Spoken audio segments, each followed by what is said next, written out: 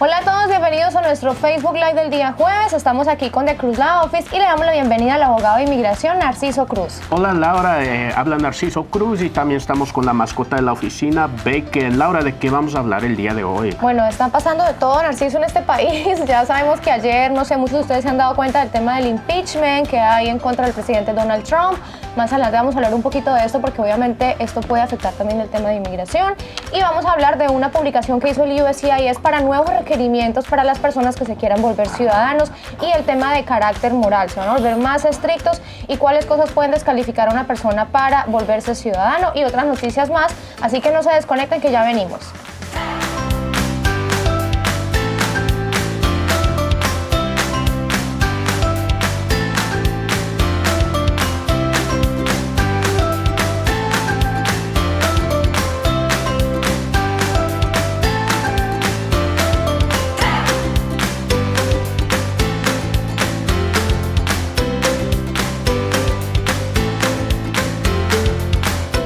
Narciso, entonces la noticia tiene que ver con que el USCIS ha ampliado las guías relacionadas con el requisito de buen carácter moral para la naturalización. Siempre hemos hablado aquí del tema del carácter moral y lo importante que es esto a la hora de convertirse en ciudadano. Entonces el USCIS ha dado a conocer esta semana una publicación donde habla de qué cosas pueden hacer que una persona sea considerada como una persona que no tiene carácter moral si ha cometido alguno de estos actos ilegales, como por ejemplo huir bajo fianza, fraude bancario, conspiración para distribuir sustancias controladas, no presentar o pagar impuestos, reclamar fraudulentamente la ciudadanía estadounidense, falsificación de registros, hacer declaraciones fraudulentas, poner en circulación documentos falsos, fraude de seguros, obstrucción de la justicia, abuso sexual, fraude al seguro social, acoso ilegal, inscribirse legalmente para votar, votar fraudulentamente e infringir un embargo impuesto por los Estados Unidos.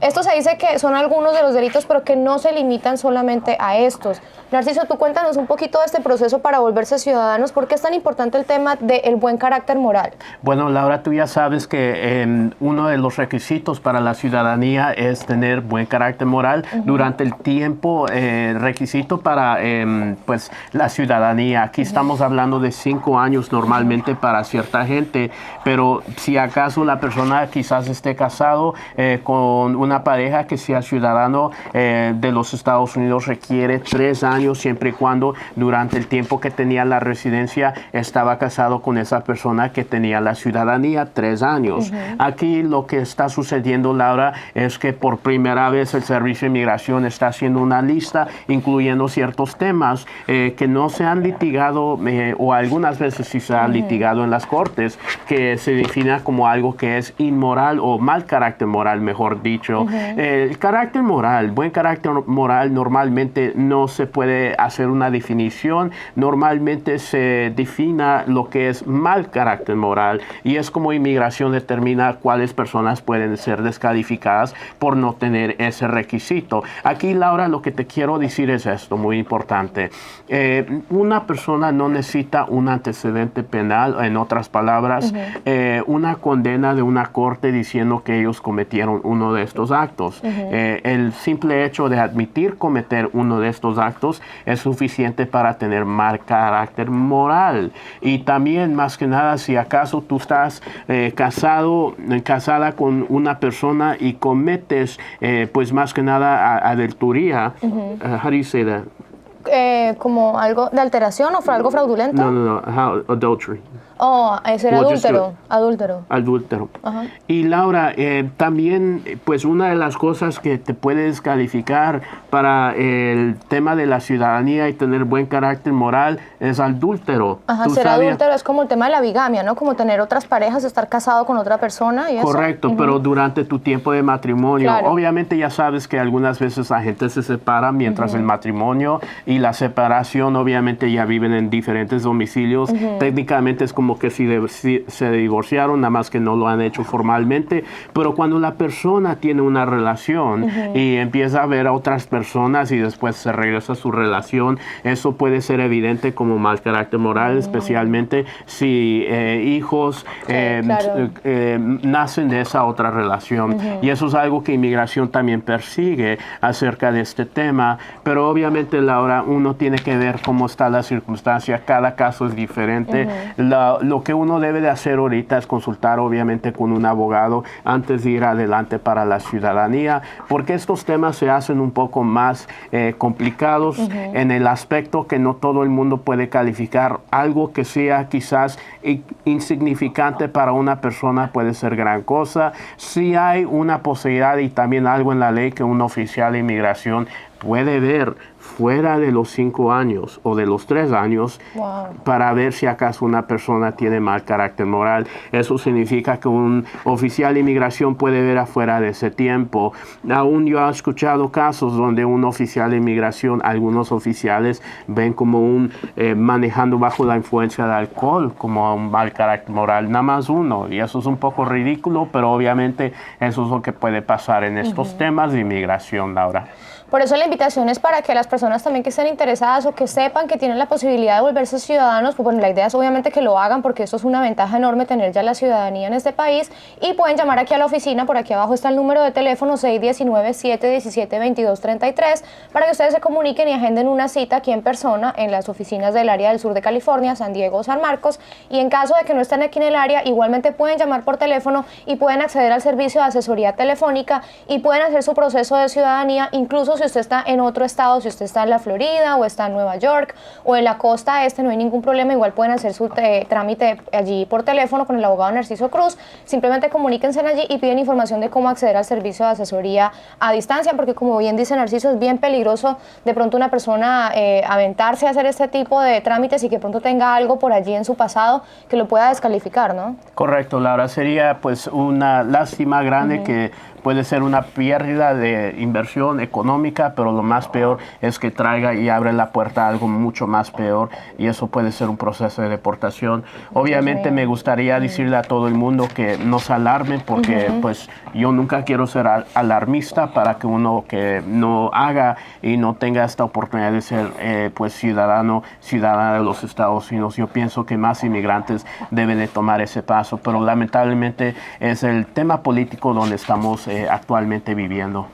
Bueno, Narciso, y precisamente el tema político del que estamos viviendo también ahorita, bueno, ayer yo creo que muchos han visto en todas las noticias, porque eso está en internet y en todas las noticias está a nivel internacional también, el tema del impeachment contra el presidente Donald Trump. Narciso, ¿esto puede afectar en algo lo que está pasando con inmigración? Obviamente, Laura, estamos hablando de que pues la separación de poderes aquí en los Estados Unidos puede quitar la persona quien se encarga en enforzar leyes de los Estados Unidos y también hacer leyes. Esto es el presidente de los Estados Unidos. En la historia de los Estados Unidos, el Congreso únicamente ha hecho 3 de estos movimientos. Pienso que fue Andrew Johnson, Bill Clinton y ahora pues Donald Trump. Obviamente lo que están diciendo es que el presidente de los Estados Unidos usó pues su oficina para tomar ventaja y pues apoyar su propia agenda política y obviamente favorarse y también cometer fraude y obstrucción de justicia en no contestar lo que quería el mandado que le dio la Recámara Baja al Congreso. Aquí eso es algo grave y pues algo que se va a determinar, y va a haber un jurado en el Senado de los Estados Unidos. Es pues una recámara de 100 miembros.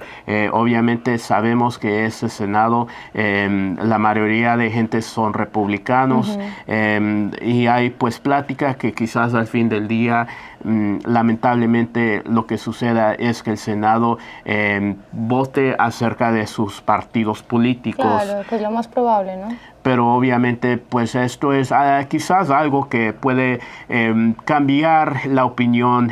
Obviamente estamos hablando de temas políticos y con gente que tiene el mandado de ser político quizás, y ojalá la opinión de la comunidad pueda cambiar, donde la gente, el pueblo demande de que sus representantes quizás toman acción que no sea normalmente de lo que su política les manda hacer.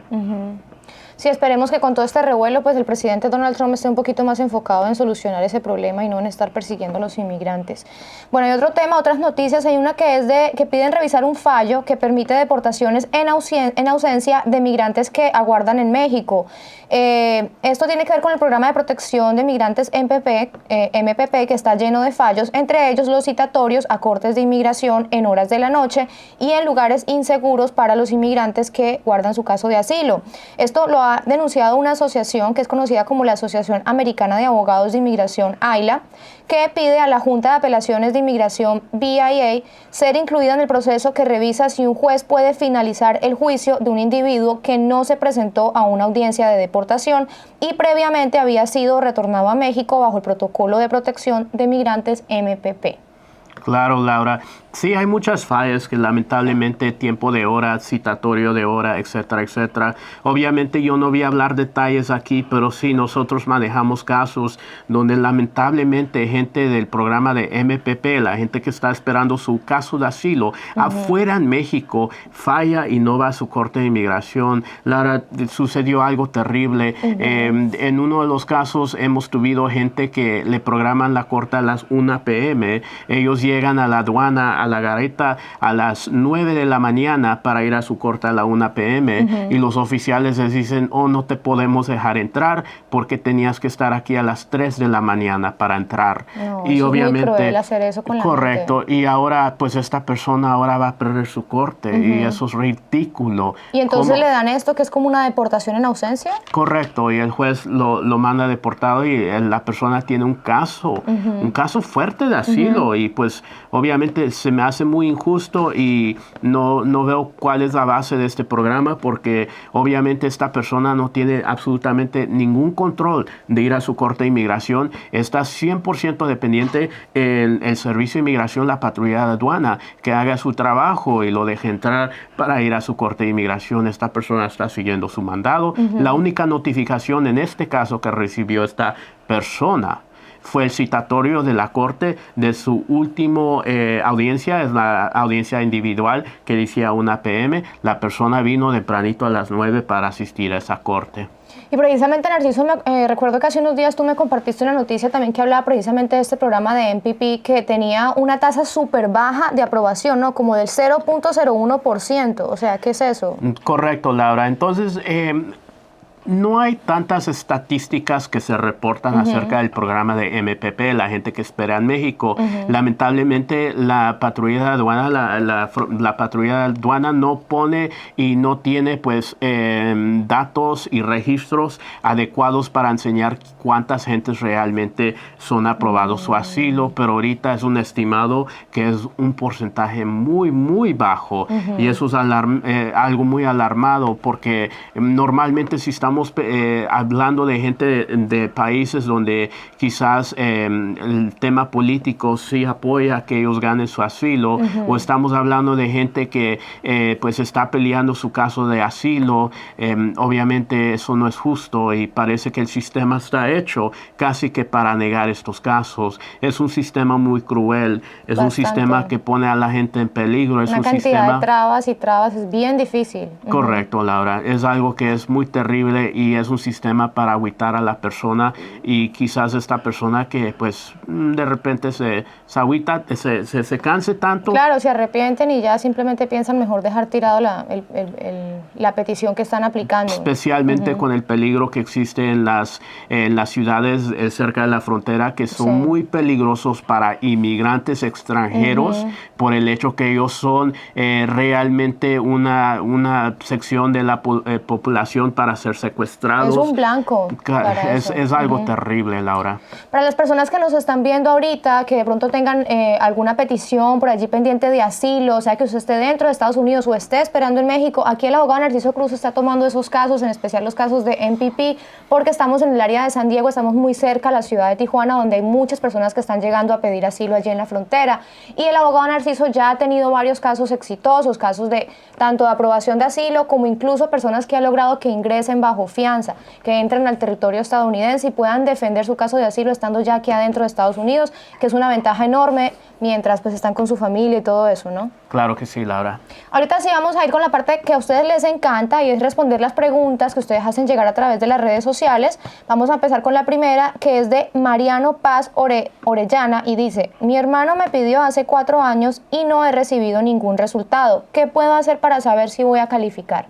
Te agradezco mucho la pregunta, amiga. Entonces estamos hablando de una petición familiar. Cuando la gente, Laura, dice que mi hermano o mi familiar me pidió, es que empezó un trámite para pues tratar de inmigrarlos adentro de los Estados Unidos, que tengan un estatus legal, la residencia en este país. Obviamente la primera petición o la manera que se empieza este proceso es con la famosa I-130, la petición familiar. Aquí en esta circunstancia, un hermano ciudadano americano pidiendo a su hermana del extranjero es la categoría F4. Es la categoría técnicamente más espacia de todas las categorías de inmigración. Lenta, ¿no? Correcto. Laura, entonces lo que nos dice la amiga es que metieron la petición hace 4 años. Es muy lenta esta petición. No sé de qué país eres, pero te invito a ver el boletín de visa que actualmente ya salió para enero 2020, a donde están estos casos. Especialmente para la gente de México, lamentablemente es muy lenta esta categoría de preferencia. Y lo que nos dice la amiga es muy común. Normalmente para la petición I-130, si un hermano ciudadano americano te está pidiendo, quizás vas a agarrar la aprobación en un trámite, un tiempo de trámite de 5 años. Y entonces eso normalmente significa que te aprobaron la I-130 diciendo que la relación entre ustedes siendo hermanos es una relación legítima bajo la ley. Inmigración sí reconoce la relación, pero ahora tienes que esperar una visa que esté disponible y eso te lo va a decir el boletín de visa que está publicado por el Departamento de Estado y podemos compartir un link. Laura hizo un video excelente hace unos meses acerca de cómo leer ese boletín de visa para la gente que quiere verlo. Lo que puedo decirte aquí es que normalmente, Laura, cuando una persona paga las tarifas y mete la aplicación, la petición I-130, inmediatamente Inmigración le da un recibo diciendo que las tarifas fueron pagadas y el caso tiene este número de recibo. Y eso es un recibo que puede también la persona seguir viendo cómo está la aplicación, si fue negado, etcétera, etcétera. Cosas importantes de saber o tener en mente es que si te cambias de domicilio, le tienes que notificar a Inmigración, porque en este caso, no sé qué ha pasado en esos 4 años. Ojalá que sí le has notificado a Inmigración si has cambiado de domicilio, pero es muy importante de mantenerte en contacto con Inmigración porque obviamente ellos no van a saber cómo mandarte pues esta notificación. Las personas que apenas se están conectando, recuerden que si nos están viendo a través del canal de YouTube, la invitación es que se suscriban a nuestro canal. Por aquí abajo hay un botoncito rojo que dice suscribirse y le den a la campanita que les sale enseguida para que reciban notificaciones cuando publiquemos este tipo de contenido, que es muy importante para ustedes los inmigrantes porque así pueden estar al pendiente de las últimas noticias y qué es lo que está pasando en temas de inmigración para que no nos agarren estas noticias desprevenidos y saber qué es lo que está pasando. Vamos a responder más preguntas. Hay una que es de, Leticia Reyes, es como un comentario, dice: muchas gracias, abogado Narciso Cruz, muchas bendiciones para usted y todo su equipo. Claro. Leticia siempre la veo por allí también comentando, muy activa. Ahorita vamos con Juan Muñoz, dice: buenas tardes, al decir remover condiciones de la Green Card, ¿a qué se refieren? Disculpen. Excelente pregunta, amigo. Bueno, voy a empezar diciéndote que Hay dos tipos de residencias, green cards, especialmente a través del matrimonio.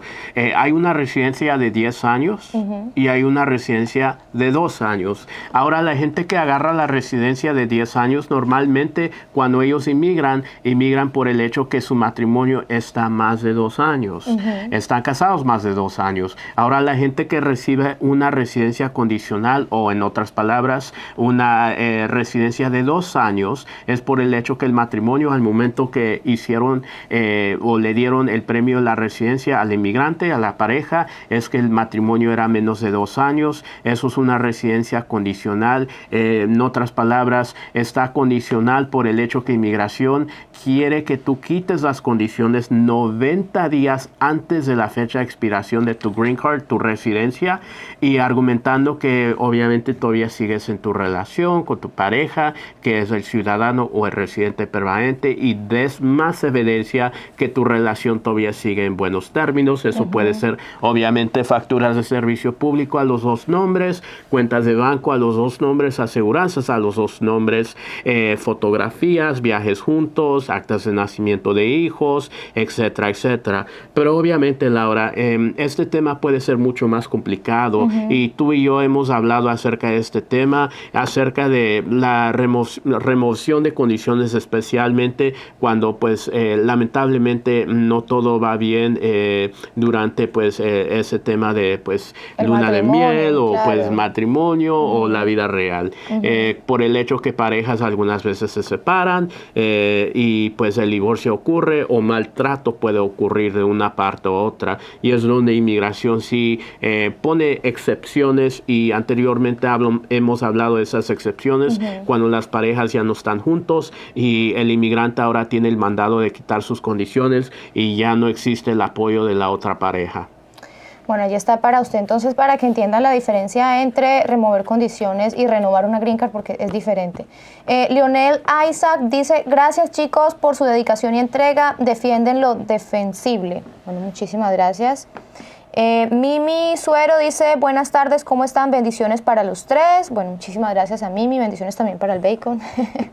María E. Salinas dice: si fui llevada a corte y pagué una multa hace 17 años en Estados Unidos porque un policía me encontró con documentos falsos, y volví a Colombia voluntariamente hace 13 años, y mi esposo ahora residente me está pidiendo desde el 2 de marzo del 2018 y me llegó carta que mi caso fue aprobado, ¿será que cuando vaya a mi cita en mi país el problema en la corte saldrá y que me toque pedir perdón?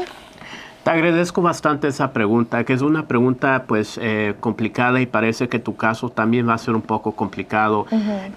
No estoy seguro acerca de qué tipo de antecedente penal tuviste. Obviamente me dijiste que fue de uso de documentos falsos, pero obviamente hay mucho más detalles. Normalmente cuando un abogado quiere hablar de antecedentes penales, lo que un abogado quizás te va a pedir al fin del día es que le des esos documentos de la corte criminal que te dio este antecedente penal. Específicamente lo que quiere ver el abogado es analizar el código penal donde te declaraste culpable, qué dice ese código penal y qué dice la ley federal que es igual a ese código penal, especialmente si no fue un delito federal, por uno del estado de donde tú estabas viviendo. Ahora, la otra cosa es que ciertos antecedentes penales te pueden hacer inadmisible para regresar a este país, pero si eres inadmisible, aún puedas calificar para un perdón por ese antecedente penal. También me dijiste que anteriormente estabas viviendo aquí adentro de los Estados Unidos, saliste voluntariamente, pero me gustaría saber si estuviste en un proceso de deportación donde un juez de inmigración te dio la salida voluntariamente, o alternativamente tú por tu propia cuenta saliste voluntariamente. Hay mucho análisis que hacer aquí, pero lo bueno es que estoy viendo que tu pareja, tu esposo, quien te está pidiendo, es un residente permanente. Laura, lo bueno es que si tienes quizás una persona quien te va a calificar para un perdón, dependiendo cuál es tu tema de inadmisibilidad. Ahora, lo que te digo es que no todo el mundo, no todos los familiares pueden calificar a su familia que quiere inmigrar, el inmigrante, para un perdón. Un hijo que es ciudadano americano normalmente no va a calificar aplicar para ciertos perdones para que el inmigrante pueda regresar a los Estados Unidos si es inadmisible. Pero un esposo o un padre que sea ciudadano o si no residente es obviamente la oportunidad que tenga el inmigrante para calificar para uno de esos perdones. Estás en un paso bien, pero obviamente tu caso se necesita canalizar mucho más profundamente. Esos records, esos expedientes de la corte de criminal se tienen que pedir.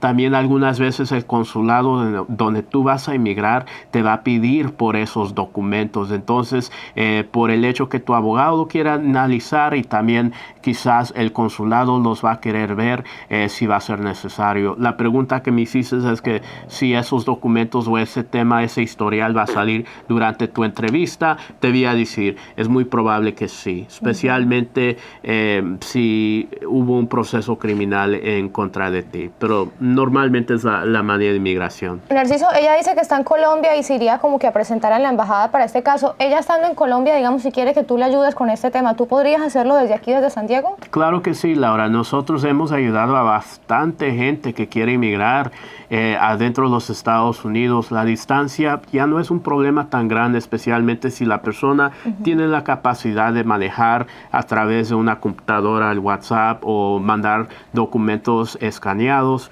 Obviamente si existe una complicación para la gente humilde, quizás no tenga esos recursos y no sería una buena idea contratar un abogado tan lejos. Pero cierta gente sí puede y obviamente nosotros hemos representado a esa gente y hemos tenido éxito con esos casos llevándolos desde San Diego, California, por el resto de los Estados Unidos, el resto del mundo también. Bueno, allí está la invitación, María, por si quieres comunicarte con la oficina. Por aquí abajo te debe salir el número de aquí, que es el número en Estados Unidos, 619-717-2233, para que puedas agendar una consulta telefónica con el abogado Narciso y que te pueda orientar con respecto a este tema puntual.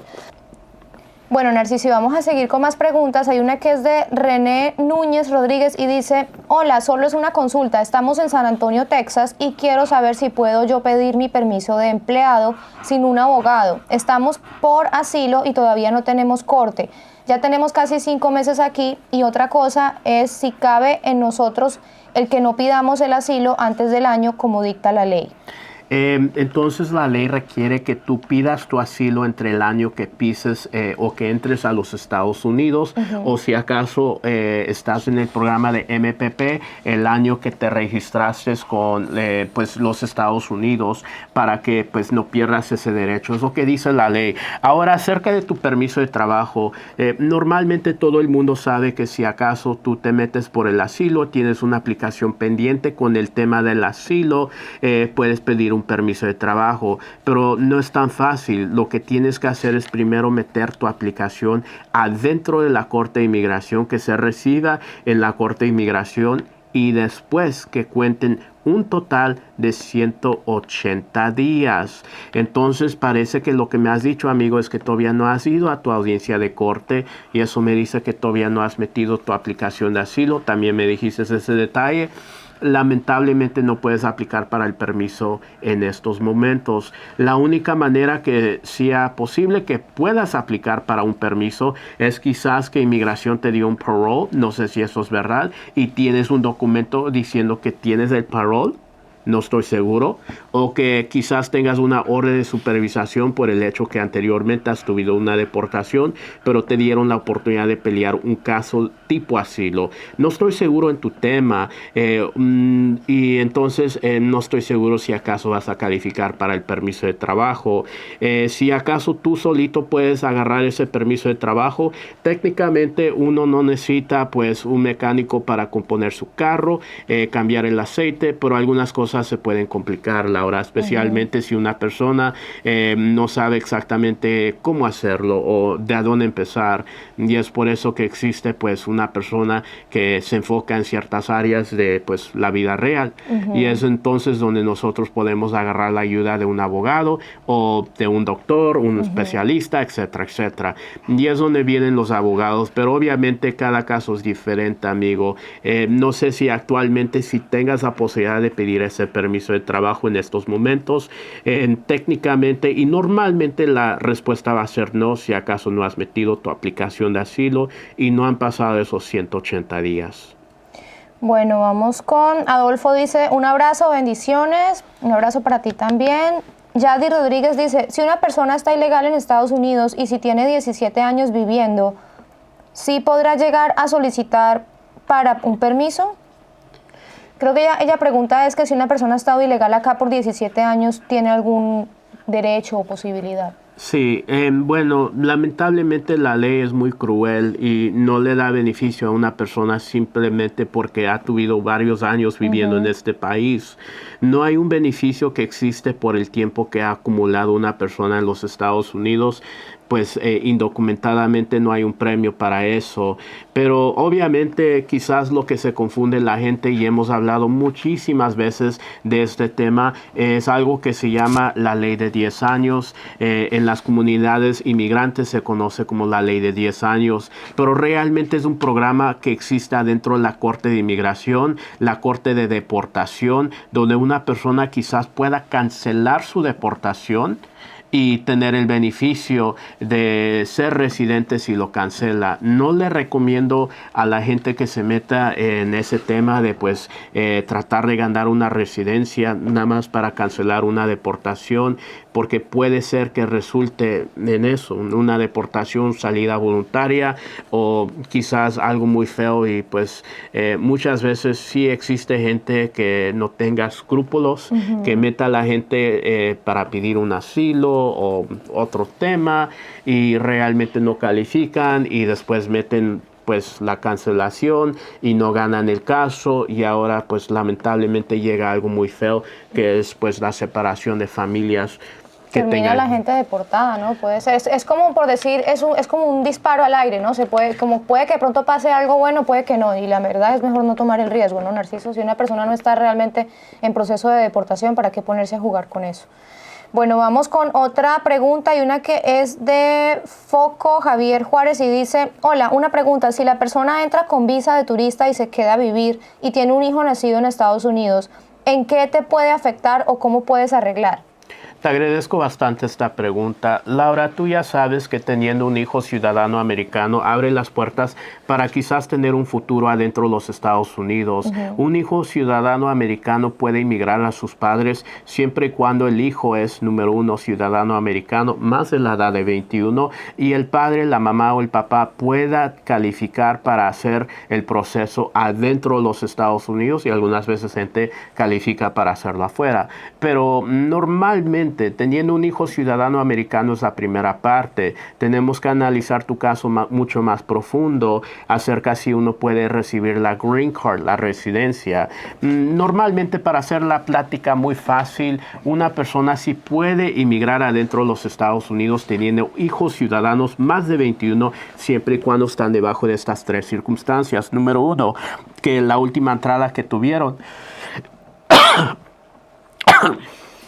Salud.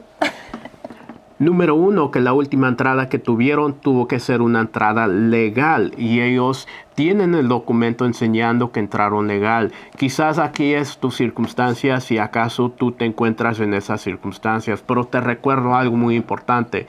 Es tu mandado enseñar que calificas para este beneficio. En otras palabras, inmigración te va a hacer que hagas tu tarea. ¿Cuándo fue que entrases? ¿Cómo fue que entrases? ¿Con qué documento fue que entrases? La fecha exacta de dónde y cuándo entrases. Mucha gente que tiene quizás una visa de turista, que inmigración quizás no le dé una estampilla, fecha exactamente en su visa, no tiene la memoria de recordarse cuándo fue que entró, y eso puede ser problemático algunas veces. La segunda manera es que alguien anteriormente te pidió para tratar de inmigrarte y esa petición se metió antes de la fecha 30 de abril 2001 y estás amparado bajo una ley que se llama la 245I.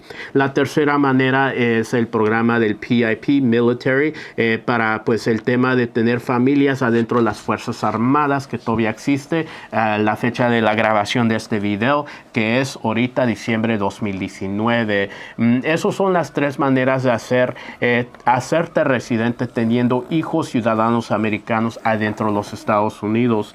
Pero Laura, tú ya sabes que la ley de inmigración sí puede ser muy complicado, y lo que le digo a la gente es que no todo el mundo simplemente porque quizás se encuentra debajo de esas circunstancias puede calificar para la residencia, porque en estos temas que lamentablemente hay muchos casos que se han negado, una persona puede tener temas de antecedentes de inmigración quien los descalifica, o antecedentes penales aunque lo descalifique, y es muy importante consultar con un abogado acerca de esos temas. Y obviamente, Laura, tú ya sabes que si una persona no puede hacer el proceso adentro de los Estados Unidos, algunas veces existe la posibilidad de hacerlo afuera, en el extranjero, siempre y cuando tengan un familiar quien los califique para un tipo de perdón por la presencia ilegal que han acumulado aquí adentro de este país. ¿Tú sabes cuáles son esos familiares que califican a una persona por tener presencia ilegal para ese tipo de perdón? Tengo entendido que son familiares directos, como por ejemplo un esposo o una esposa que sean de aquí de los Estados Unidos.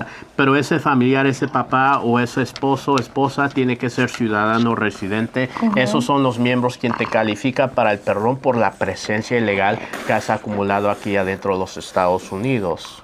Bueno, muchas gracias a las personas que nos han estado apoyando, que nos envían sus mensajes tan bonitos, como Esther Pérez, que dice feliz día, abogados, gracias por la información, felices fiestas para ti, Esther, también. Rosy Hernández dice, hola, muchas bendiciones, me gusta mucho su programa, abogado, usted da respuestas muy exactas, bendiciones. Perfecto. Y Laura, con eso nos despedimos, y Bacon les recuerda que por favor regálanos un like en Facebook, comparten este video con alguien que piensa que va a beneficiar de estos temas o lo encuentra interesante, y comparten en su propio Facebook, su propia página de Facebook también. Obviamente también tenemos una página de YouTube donde hay más Bacon y puede ver el mundo del Bacon y las grabaciones que tenemos de Facebook Live y también con el Bacon. Y pues suscríbanse en ese canal de YouTube para ver más Bacon. Toquen la campanita para agarrar notificaciones cuando sale este Bacon. Así es, cuídense, que estén muy bien, que tengan un feliz resto de tarde. Bye. Los Estados Unidos, un país construido por inmigrantes, hogar de más de 300 millones de personas, de los cuales por lo menos 11 millones son indocumentados. Cada uno está luchando, trabajando, estudiando, atendiendo compromisos familiares y personales, tratando de construir una vida aquí. A veces es difícil atender citas porque no tienes con quién dejar a tus hijos, no cuentas con una licencia de conducción o tienes miedo de ir a ciertos lugares y poner en riesgo tu situación migratoria. Pensando en todo eso y para hacerte la vida más fácil, The Cruz Law Office te ofrece la posibilidad de tener una consulta desde cualquier lugar a través de nuestro servicio de asesoría legal por videollamada. Hola, yo soy Narciso, el abogado de temas de inmigración. Como si estuvieras sentado en nuestra oficina y sin moverte de tu casa, podrás interactuar directamente con el abogado Narciso Cruz y obtener su ayuda legal. Que las excusas no se conviertan en un obstáculo para alcanzar tus sueños. Hacer una cita con el abogado Narciso Cruz y tener una asesoría personalizada nunca había sido más fácil.